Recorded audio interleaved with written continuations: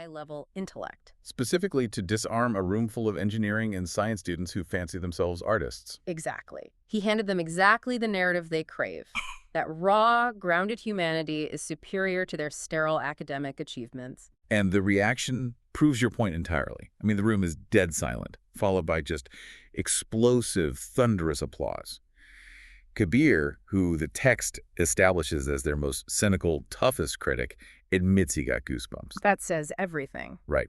Mira, a second-year student, instantly asks him about his technique, showing that Anant has completely obscured the mechanics of his performance. They don't even realize they've been played. Not at all. Aisha and Vivek realize he's not just a natural. He has this undeniable presence. Aisha is so blown away, she accepts him on the spot, demanding he commit to their grueling Tuesday, Thursday, and Sunday rehearsal schedule. He has successfully infiltrated the system on his very first attempt. He leaves the room to call his supportive father, maintaining that grounded anchor, but the core team is just left reeling. And this is where the author drops the heaviest foreshadowing in the chapter through Vivek. Yes, Vivek's prophecy. Vivek is a veteran of this society, and he makes a haunting prediction. He says Anant possesses a quality that simply cannot be taught. He doesn't call it talent, he calls it alchemy. Alchemy. Turning base metals into gold. Or, in Anant's case, turning raw sensory data into emotional control. Exactly.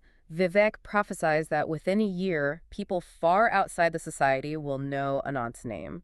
Within 2 years, he'll have professional offers. He says Anant won't just be an actor, he will become a megastar, a phenomenon. He explicitly says the spotlight doesn't just find him, it seeks him out. It's not talent, it's destiny. So what does this all mean? Was Vivek just a dramatic theater senior getting swept up in the moment? Or did Anant actually just manipulate that entire room? That's the duality of it. Because Anant claims he simply shared an honest memory, honestly shared. And maybe the memory itself was real, but the deployment of that memory was a weapon. Exactly. The ability to completely command a room of strangers, to bend their reality to your narrative, to make them feel exactly what you dictate, that is a superpower. And as we know from the author's meta introduction, superpowers in this universe are not used for heartwarming stage plays. They are weaponized. Which brings us squarely to the GOA intro.docs file. Yes, the meta context. This document is essential because it fundamentally recontextualizes every single wholesome moment we just analyzed. The author is speaking directly to you, the reader, establishing the parameters of this alternate universe fiction. Right. We are told it uses real brands, real organizations, and real geopolitics to ground the narrative in hyper-reality. But the real meat of the document is the warning about Anant. The author flat out states that the protagonist only appears naive and innocent in these early chapters. In reality, he is destined to become the most terrifying entity of all. A Chakravartin Samrat. A universal emperor. The author warns that starting around chapter 30, the pacing will shift dramatically, and this feel-good story will plunge into darkness. It becomes a tale of psychological horror, high-stakes mystery, and technological warfare. And we are warned that from chapter 40 onwards, romance becomes a central pillar of the story.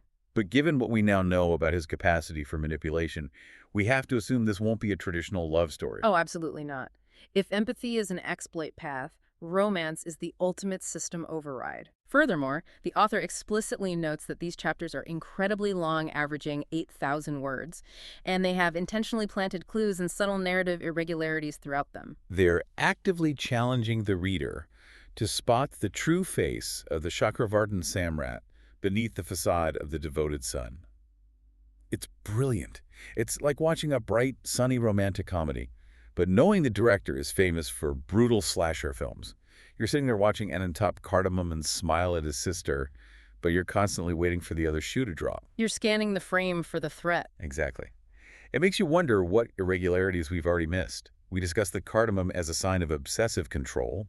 We discussed turning down IIT Bombay as a rejection of external systems. What else is hiding in plain sight? This raises an important question. If we synthesize everything we've unpacked today, the blueprint for the terrifying entity is already fully drawn. How does a boy from Chandni Chowk become a global universal emperor? You don't conquer a modern geopolitical landscape with just code. But when you combine a mathematically proven, supreme intellect an AR-8 tech genius who understands the foundational architecture of systems with the unparalleled charisma of a literal god of acting. The result is unstoppable. You get someone who doesn't just hack servers. You get someone who hacks human psychology. Exactly. Someone who can control narratives, manipulate societies, and ultimately dictate geopolitics, Yeah. all while making the world believe he is just an honest, humble guy who loves his family's restaurant.